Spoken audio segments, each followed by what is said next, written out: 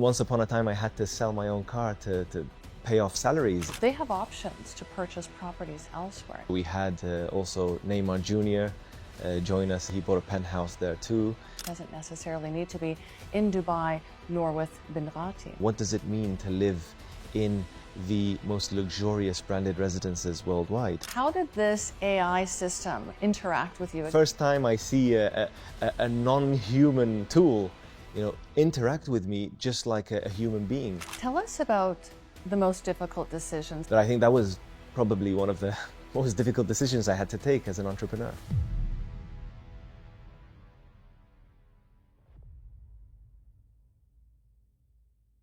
Welcome to Leaders Insights, where we hear influential voices from across industries. And today I'm joined by the chairman of real estate giant Binghatti. Hi, Mohammed. What's new in your world? So, it's always the same old, This morning I was with the sales team, having conversations on our plans for 2025, what we're launching, the campaigns, the projects, very exciting stuff that's coming for 2025, big projects and continuous growth for Binghatti, hopefully. And I see you're also spending time with Andre Bocelli. He bought a property in one of your developments, and I saw you. Yeah, he did indeed. So we did the signing ceremony recently, and him and his family purchased units in Bugatti residences, correct? That's fantastic. And what was that experience like, spending time with Mr. Bocelli?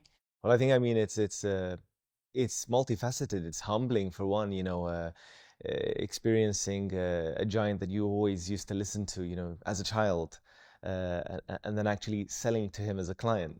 It's being on two ends of the spectrum. So I think it was very enjoyable as an experience. He's a very nice guy to deal with, him and his family, very nice people. And I think that's what, that's what excites us as property developers that are doing innovative stuff right now in the real estate space. We get to meet very interesting people around the world and, experience firsthand how these people are and, what it is to sell to someone like that. Absolutely. And I also saw you spending time with a famous Spanish footballer who's also taken a space in your Bugatti residences. Correct. So we just sold a unit recently to Aymeric Laporte, a Spanish footballer. And again, he was one of the clients that joined us in Bugatti residences. And this is something that's, been consistent with Bugatti residences. So we had also Neymar Jr. Join us in the Binghatti Residences family. He bought a penthouse there too. And we're meeting very interesting people every day. It seems so. And tell me how your partnerships with these very high profile brands like Bugatti, like Jacob & Co. are influencing high net worth individuals in terms of taking up space in your developments. Yeah, I think if you look at these brands and you look at what they've done in their respective industries, a brand like Bugatti, it's existed for more than 110 years. It's dominated the hypercar industry. It's been, sitting on the top for such a long time, being incomparable. I mean, the brand's motto, which was coined by Ettore Bugatti, says, if comparable, it's no longer Bugatti. So it's always revolved around creating the incomparable in everything they do. And I think the idea partnering with these brands is to bring that narrative and that very experience to the real estate sphere. And if you look at Bugatti Residences, that's exactly what we did. We looked at what Bugatti stood for in terms of incomparability as a product. We looked at the lifestyle, the heritage of the brand. It's a luxury French brand, revolves around ultra luxury French lifestyle or influenced by French luxury, and how to translate that into things like fine architecture, fine interior design, and I think above all for me, an overall finer lifestyle. Create that whole narrative. What does it mean to live in the most luxurious branded residences worldwide? And it's quite the process. We went into things like creating a car elevator that takes your car into your own penthouse. We created the first artificial beach or French Riviera inspired beach in the heart of the metropolis, in the heart of Business Bay and downtown. So a lot of engineering feats, architectural feats, lifestyle feats, and unprecedented amenities that have gone into creating what this brand stands for in real estate. And you certainly are capitalizing on these partnerships. I'm looking at your 2024 numbers. Net profit surged 152% to nearly $500 million. And this was driven by these really record-breaking sales. Is it the exclusivity of these projects that are really attracting these high net worth individuals, because they have options to purchase properties elsewhere? It doesn't necessarily need to be in Dubai nor with Binghatti. Well, I think one sort of aspect of it is the exclusivity, of course. I mean, it's the first and only Bugatti residences worldwide. In the case of Mercedes, it was the first worldwide, and then it was followed by Miami. In the case of Jacob & Co., again, it was the first Jacob & Co. branded residences worldwide. So I think we were definitely trailblazers or trendsetters in the branded residences space. And I think there's other factors that also play a role in attracting clients to these projects. Binghatti, the brand itself, being one of them. What we stand for as a brand today in terms of product quality, in terms of timely delivery, in terms of the overall experience that we provide today. I can give you examples. Today, you buy a property from Binghatti in any of our product line, whether it's a product you're buying in Jumeirah Village Circle or Dubai Science Park. We provide services like concierge, after sales. So you've gotten your unit, you've gotten your key. It doesn't end there. You get concierge services. We support with things like interior design, furnishing, leasing services. So it's building that relationship with the client, providing a product that's far more superior to anything you can find in the market. And I think clients are starting to see that and realize that, and that's ultimately what differentiates us in this bustling market. So you were offering some luxury services in properties that are not exactly your top tier properties, which is obviously very beneficial to you. Yes, I think ultimately what the Binghatti brand stands for is redefining the entire industry. It's to always provide above expectations. And that's what we've been consistently delivering ever since our inception. I mean, if you look at the Binghatti brand and its evolution since the earlier days, we were probably the first developer that came up with this idea of, changing how real estate looks, how you expect it to look, what does iconicity mean? These sort of notions that we were inspired from industries like the automotive or the fashion industry. I recall, back in architecture school, I did a degree in architecture, and I always asked myself, you look at a bag from any renowned brand worldwide, be it Louis Vuitton, Dior, Gucci, and you can tell what the product is from a mile. The iconicity, the design, it just, tells you what the product is immediately. It's unmistakable. And I think same thing with automotive. You look at a Bugatti, you look at a Mercedes, you know what it is immediately. The DNA is unmistakable. And that's how we started off. We thought, let's change the game. Let's apply this very idea in a completely different sector like real estate. And one of the humorous stories or funny stories I remember when we first started with this is a couple of years down the line, I had a friend that came into my office and he told me, Mohammed, my young son on the way to school every day points at one of your buildings and says, it's the Lego building. And as funny as it is, I thought, if I was able to evoke the feelings or emotions of someone at such a young age to realize the iconicity of my product, I think we've gone quite far in terms of achieving iconicity as a central notion. If you can capture the attention of kids who have no interest in real estate, you're doing a good job. Dubai attracted high net worth individuals from China because of zero COVID measures, high net worth individuals from Ukraine and Russia because of the war. But these matters are now settling. How will it continue to attract these types of investors? I think it's multiple factors. I mean, one is the track record of Dubai, the economic track record. If we look at Dubai post-COVID, all until today, the figures have been absolutely historical, phenomenal figures in terms of capital gains. So if you look at capital gains and price growth over the years, it's funny because each and every year you hear some buyers saying the same thing every time. You hear them saying, oh, this is too expensive. I'll wait and buy this later when they're, buying real estate. And then later comes and the price has gone up. And so people who actually believed in the market, 2021, 2022, 2023 are the very people who reap the benefit, selling their properties the years after. So I think capital gains is a huge one in the Dubai real estate market, and we've seen, very, very significant capital gains. So figures as much as 25%. I've seen some properties, grow 30, even more, 30%. And then there's the yield, which, if you benchmark Dubai against cities around the world, I think one of the best yields, if not the best worldwide, you can find in Dubai today. So across the board, Dubai ranges between 7 to 11% in terms of rental yields, depending on what area you're looking at. And if you compare that with other cities around the world, very modernized cities, very well-established real estate markets, the yields generally range between 2 to 5%. So I think for the investor, it makes perfect sense to come to Dubai at the moment. I think also if you look at it from the price per square foot angle and you compare Dubai to major real estate markets at the moment, you're talking almost half the price of cities like LA or Miami, and almost a third the price of real estate in cities like London. So, everything makes sense to invest in Dubai right now. If you're talking about standard of living, lifestyle, ease of services, ease of doing business, Dubai provides that fertile land. If you want to plant a tree, you look for a fertile land, and I think Dubai is that land worldwide right now.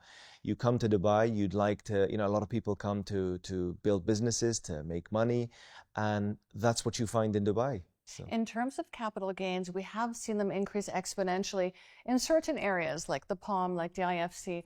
What are the upcoming neighborhoods where investors can really capitalize on capital gains? So I think, if you look at each and every neighborhood in Dubai, we've seen capital gains in general. It's seldom have you found that there hasn't been any capital gain increases happening in any neighborhood in the past few years.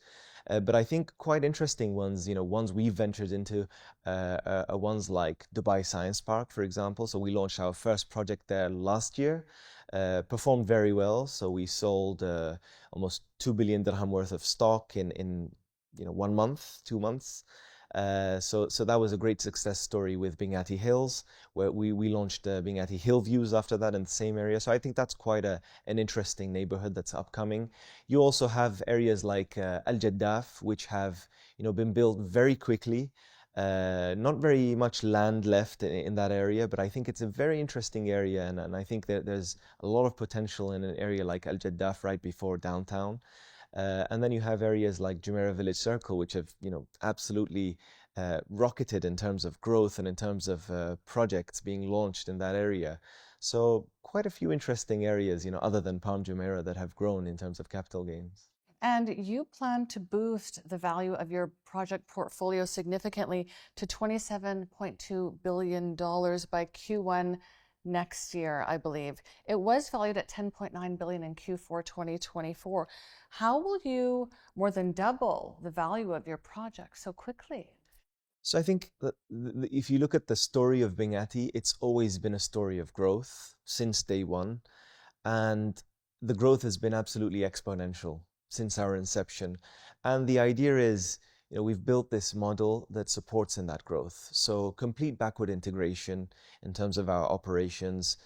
We control most of the supply chain. So factories for things like joinery, aluminium, steel manufacturing, everything that goes into making the finest real estate and the finest products in the real estate market, we've tried to bring that in-house. So that helps us with things like timely delivery, managing costs, and of course things like quality, which are very important for us today.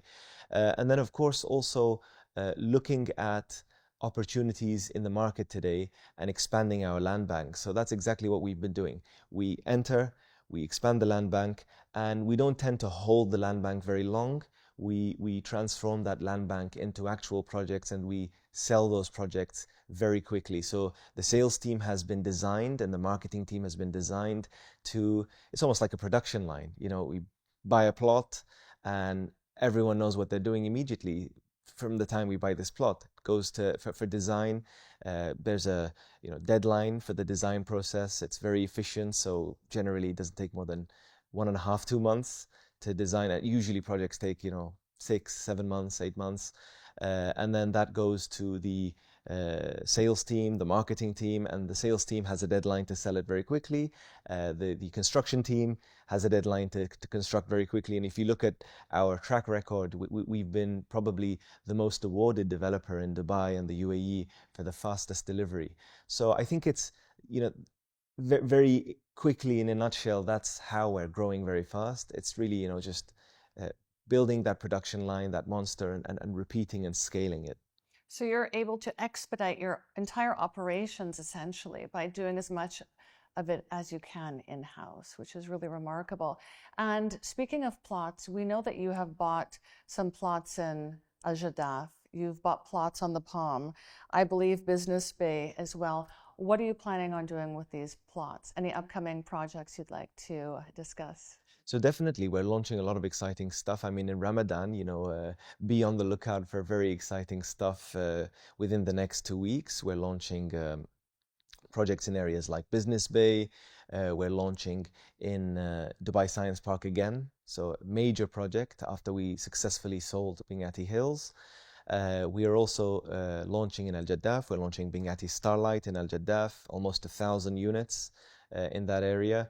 And a lot of exciting projects coming soon in 2025. And why project launches specifically during Ramadan? Is it a beneficial period for businesses to launch projects? It's a very interesting question. So a lot of people presume that Ramadan is a very quiet season, very quiet month.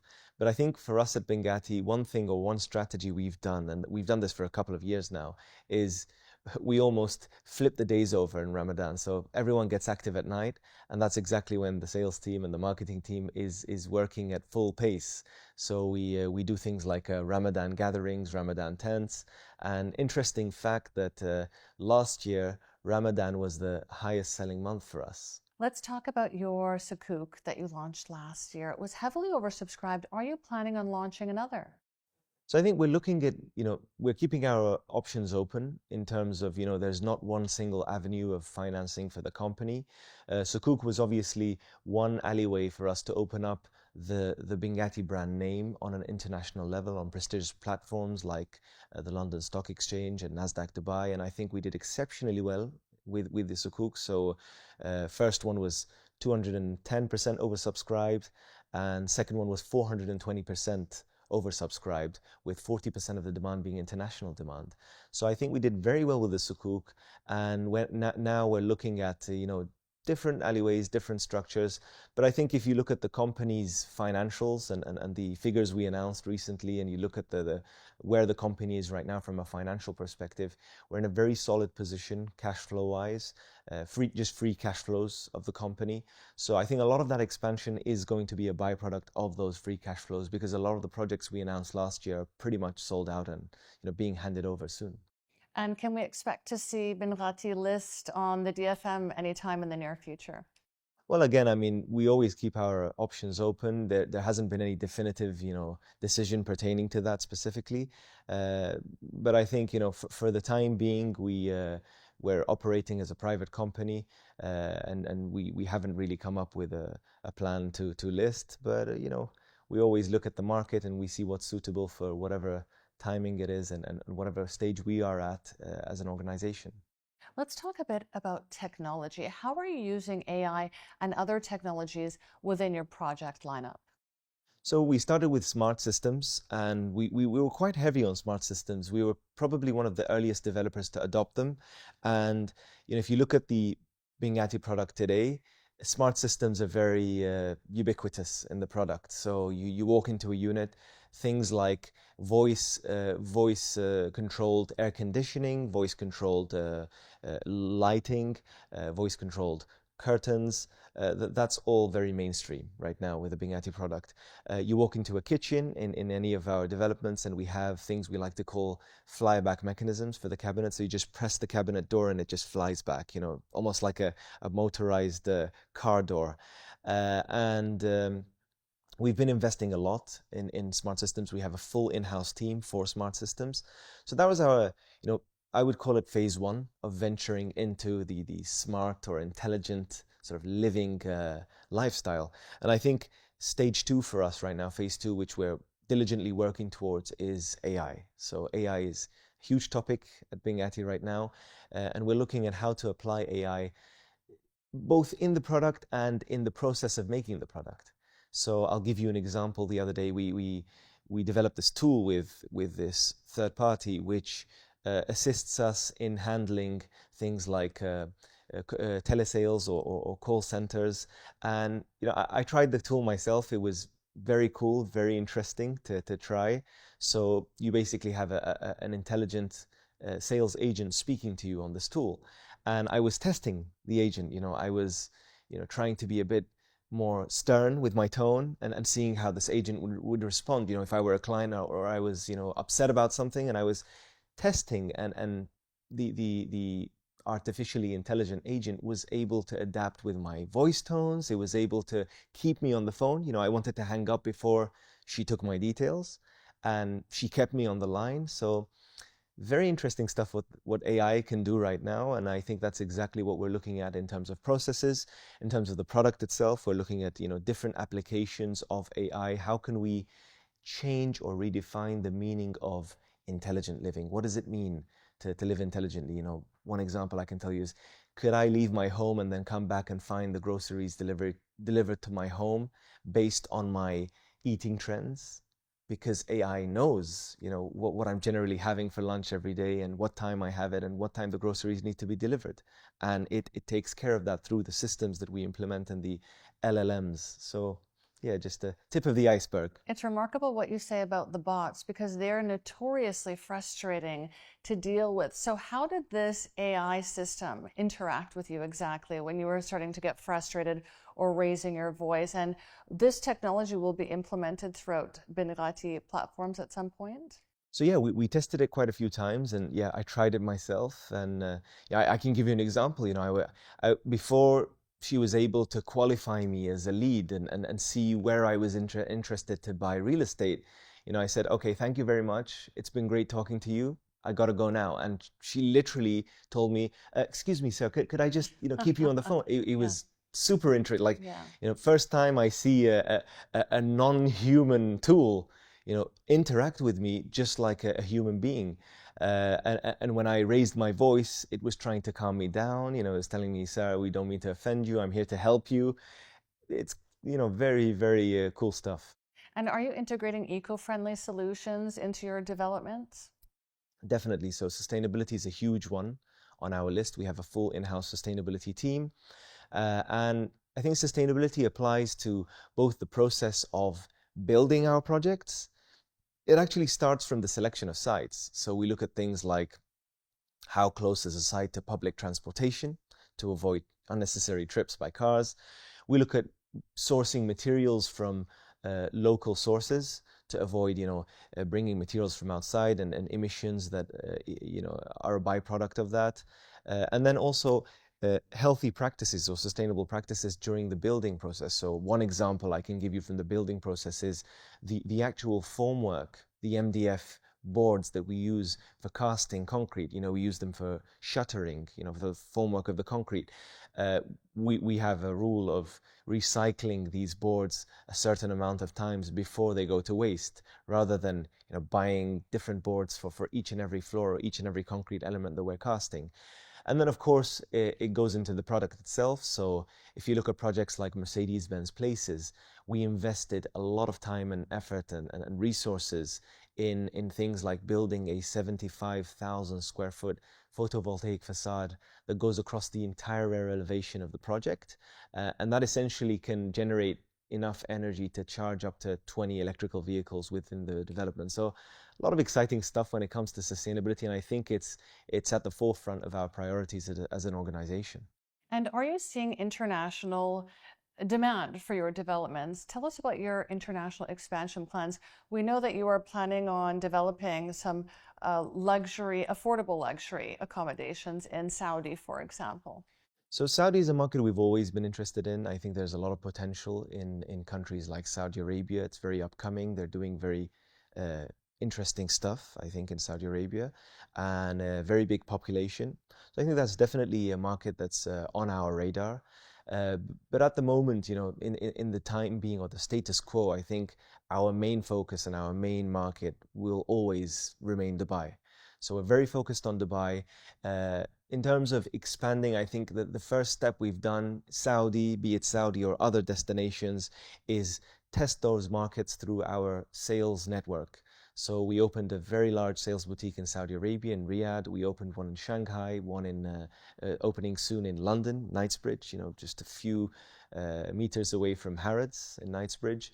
And I think, that's because we're seeing the demand coming from these markets. And so we're literally going to these markets, establishing a physical presence there and bringing all that to Dubai. I don't know if you saw that the huge event we did last year, end of last year in Egypt. So we went to the pyramids and we literally, uh, shed a beautiful blue light on the pyramids to launch Binghatti Skyrise in Business Bay, Dubai. And it was the talk of the town, in Cairo. It absolutely was. And I see other major developers in Dubai entering the Egyptian market. For example, we just saw Emar pledge billions of dollars to revamp Egypt's downtown. Is that a market that Binghatti is also interested in? Binghatti is a very open-minded organization.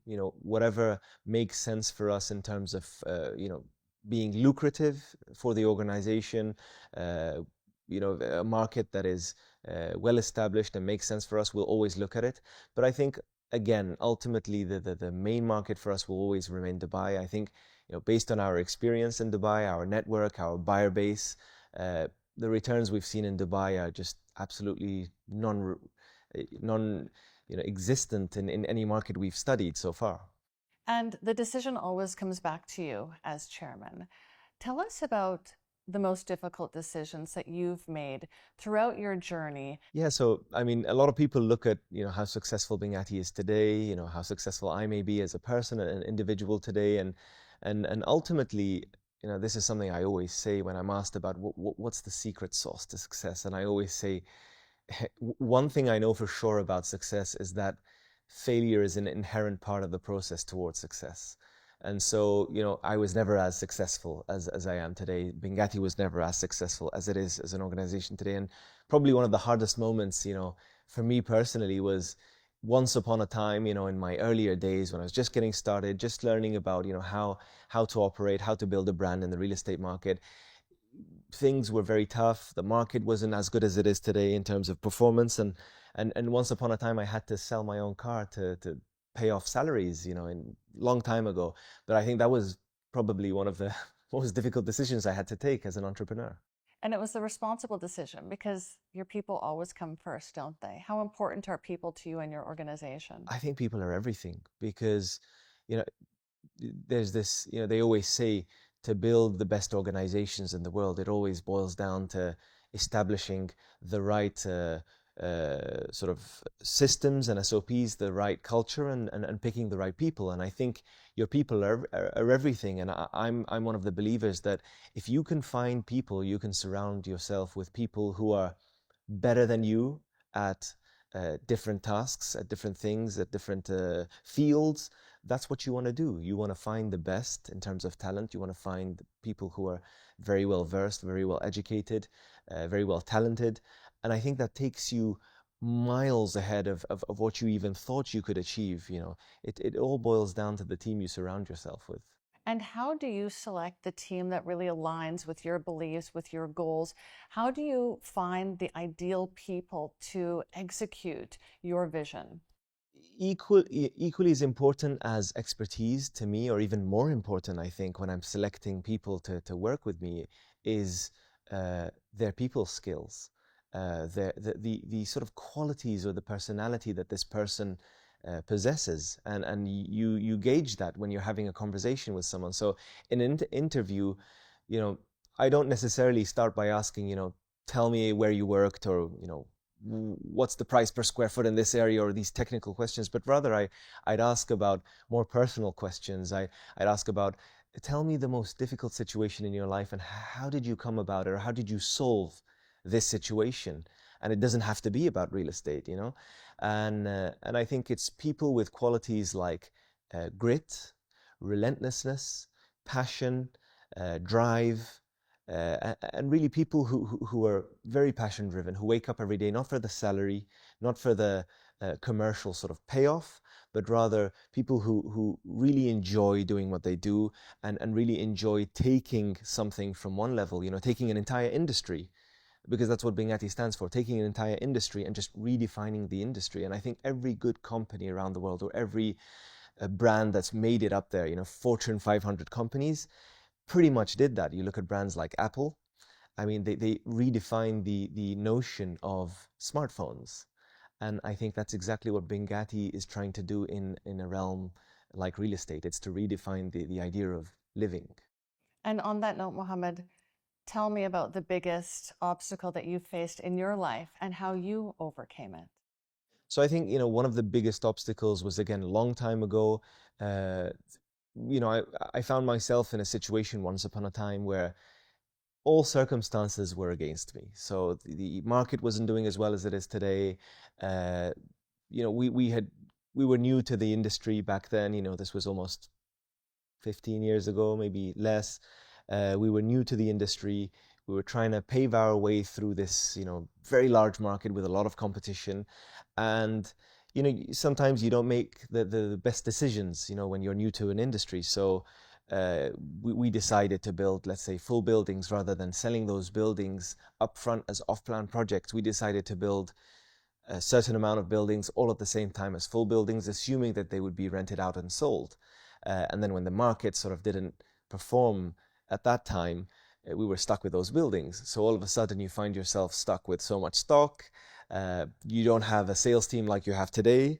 You don't have the infrastructure to support you to offload those assets or to exit. We also, you know, back then, we're very busy expanding in different industries. And I think one important lesson I learned was, if you're good at one industry, you want to propel and exceed in that industry rather than dig 10 wells and not reap any water from any of them. So focus on one well, and you know that you're good at this, and dig as deep as a hole as you can. And so that was perhaps one of the other mistakes that I did as an entrepreneur, you know, going into fields like FMCG, food and beverage, and all these industries at one time. And so, yeah, you know, I found myself in a difficult situation. And the only way I was able to overcome that was interesting. I found a book about sales. It's the 10X Rule, written by Grant Cardone. He was actually in Dubai last year. We crossed paths, and we went on a speech together, totally unplanned. I think it was fate. So I found his book, and I started reading this book. And, you know, this book revolves around the idea of creating so much success in your life where you escape the macro economy you exist in and you create your own micro economy of success. Yeah, so the idea is you create so much success for yourself, your micro economy acts as a ring fence or a barrier around any sort of volatility that could happen economically worldwide, globally, or in a local economy, and you become this fortress. And the philosophy of that book talks about how you achieve that through mastering the art of sales, marketing, and absolutely being relentless in everything you do. And have you created that micro economy in your Binghatti empire? Absolutely. So I think if you look at Binghatti, we're definitely a design, sales, and marketing driven organization. Sales and marketing is everything for us. If you know, I always say, if you lose me in the organization, if you're looking for me, look in three departments: sales, marketing, or design. That's where you'll find me. And I think we've built the organization on those pillars, and you can see that even in our events. So the events we pull off, if you've looked at events like the launch of Mercedes-Benz Places last year, we had almost 20,000 people come in for that. I think it set a record for the entire Middle East, or probably worldwide, for the amount of people that came in for a real estate event. Same thing with Bugatti. We had almost 10,000 people, Jacob & Co, 12,000 people. And I think when we did these events, it was the first time, even when we went to the pyramids last year, where people witnessed, you know, a strategy of launching a project at this scale, at this level of professionalism, and really creating that global buzz and that noise. And you know, it reminds me of a scene I saw from the head of NVIDIA when he said, I hope you realize this isn't a concert. This is, you know, us talking about, you know, technology and everything. And I felt the same when I stood in Mercedes-Benz places. You know, I was like, this isn't a concert. This is an event, a real estate event, but it's as big as a concert. So I think you see the impact that the brand is doing in the market globally. You see the sort of people that have been attracted to the projects. You know, talk about sales: Neymar Jr., Aymeric Laporte, Andrea Bocelli, and yeah, we're very sales driven. We push our sales team. The sales team works with passion. I think we have one of the strongest teams in the region. And you are part of this very youthful generation of Dubai's real estate moguls. What have you learned from the titans of the real estate industry here? And by that I mean Amar's Mohammed Al-Abar, Damax Hussein Sejwani, Al-Habtour's Khalif Al-Habtour. What have you taken from that older generation of real estate giants? Well, I think, you know, one of the perks of living in Dubai, or the things we enjoy in Dubai, is there's inspiration around every corner. So you can find it everywhere, and you look at, you know, what companies like Emaar and what they've achieved. You know, they've basically shaped the new Dubai, let's say, in terms of the lifestyle, downtown, you know, all of that. So that was very inspirational to watch, you know, watching Burj Khalifa go up, and obviously, ultimately for me, being in Dubai, you know, seeing all these projects and seeing the ultimate vision, you know, the ultimate source of inspiration for us, I think, in Dubai, all of us, is His Highness Sheikh Mohammed bin Rashid Al Maktoum, the ruler of Dubai, who's really a true master of entrepreneurship. You know, if you follow his story, you follow the beautiful quotes he says. You know, one of my favorites is, every day in the morning, the gazelle and the lion wake up, and the gazelle starts running and the lion starts running after it. And if the gazelle stops, it gets eaten. And if the lion stops, it, you know, goes hungry, dies of hunger.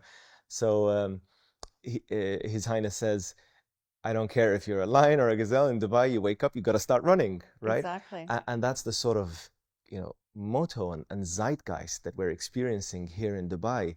Everything is very fast paced. The vision is you know, explained, the vision is communicated, and you actually see it being materialized very quickly. So in Dubai, it's one of the rare places in the world where there's less talk and more actions. You know, you actually see things getting delivered.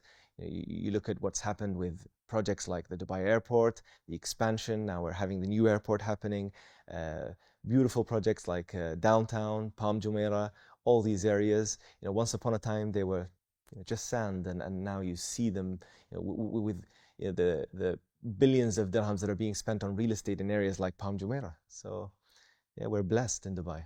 We certainly are blessed, and I think we're also inspired not only by the vision of His Highness Sheikh Mohammed, but by the insights that you've shared with us today, Mohammed. And I want to thank you for being with us on Leaders Insights. Thank you for having me.